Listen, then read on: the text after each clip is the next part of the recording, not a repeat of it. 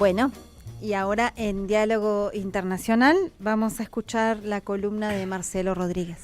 Sí, Paula, quería hoy comentar un poquito, volver a un tema que hemos tratado y que merece ser tratado constantemente en nuestro programa, que es las consecuencias del bloqueo a Cuba, ¿no? Sabemos que desde principios de la década del 60 ha pasado por distintas etapas el bloqueo, pero que asistimos permanentemente hacia uno de los actos terroristas realmente, sí, ¿no?, que hace Estados Unidos y sus aliados contra Cuba, y que ha traído consecuencias realmente muy graves para el pueblo cubano, que, como siempre decimos y no nos vamos a cansar de decir, resiste heroicamente y sigue dando un ejemplo a todo el mundo con su trabajo y con todo lo que lleva adelante en un montón de situaciones.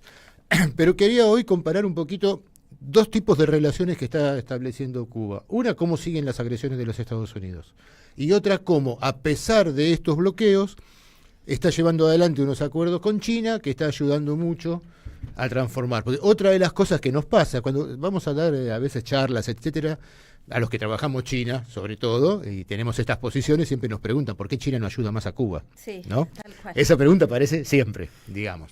Y una de las cosas que hay que entender que es mucha, es bastante, mucha podría decir yo, la ayuda en vehículos, en infraestructura, el puerto que se está haciendo en Cuba, etcétera, en donde China está involucrada, pero que también es parte el bloqueo también es parte de las dificultades que tienen, ¿no? Últimamente, en lo que era el transporte público de los micros eléctricos, tenían dificultades para que lleguen los repuestos, porque también existe el bloqueo. Y vincular esto con una nueva medida que entra en vigencia el 2 de abril, a ver, que es una sanción, una nueva sanción que lleva adelante Estados Unidos, que anuncia que va a haber nuevas condiciones para la entrada de embarcaciones procedentes de Cuba a los Estados Unidos, hablando de que hay que asegurar la seguridad, reafirmar la seguridad marítima y el cumplimiento de la ley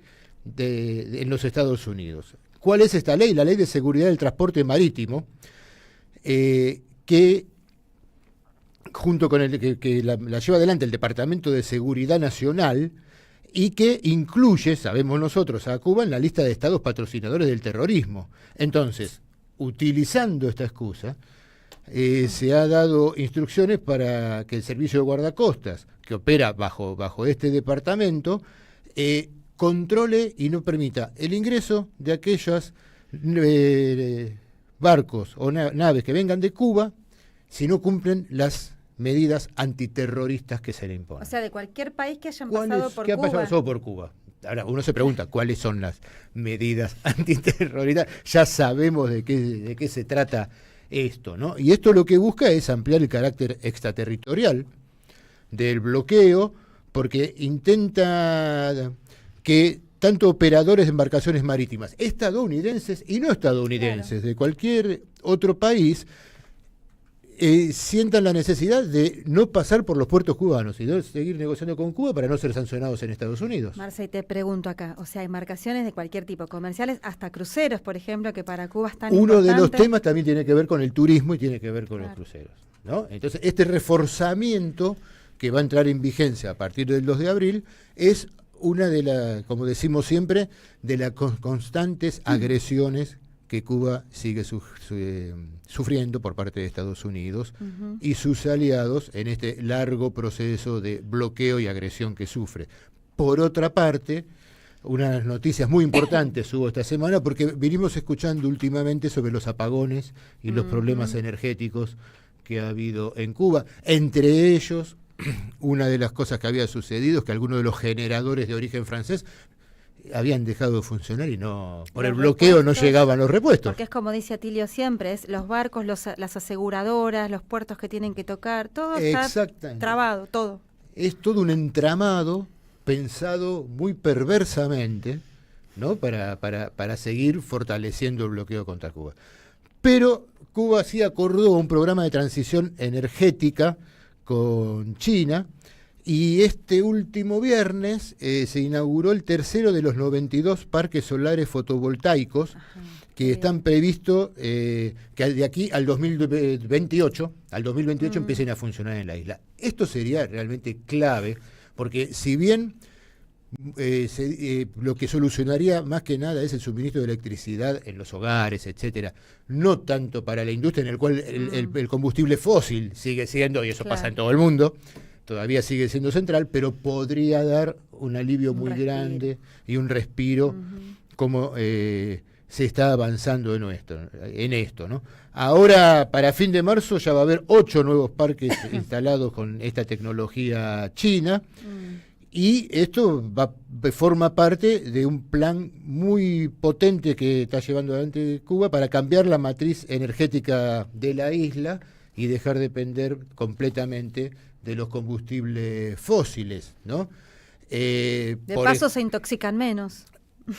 Tiene que ver un poco con toda la pelea, ¿no? De los recursos renovables, de cuidado del medio ambiente. Exactamente, tiene que ver con todo eso. Rosel Guerra, que es el director de energía renovable del Ministerio de Energía, dijo que, claro, tiene una ventaja Cuba, que es que el país cuenta con un alto potencial de fuentes renovables, tanto de energía solar como viento y biomasa forestal, lo que favorece esta transición energética. Ahora, transición energética que sin un socio en condiciones de poder abastecer a Cuba de los recursos tecnológicos necesarios es imposible, y eso es lo que sigue intentando de evitar Estados Unidos. Así que cada una de las 15 provincias de Cuba contaría de aquí al 2028 con entre 3 y 4 parques fotovoltaicos que lograrían poner un alivio muy fuerte a la situación que vive la isla.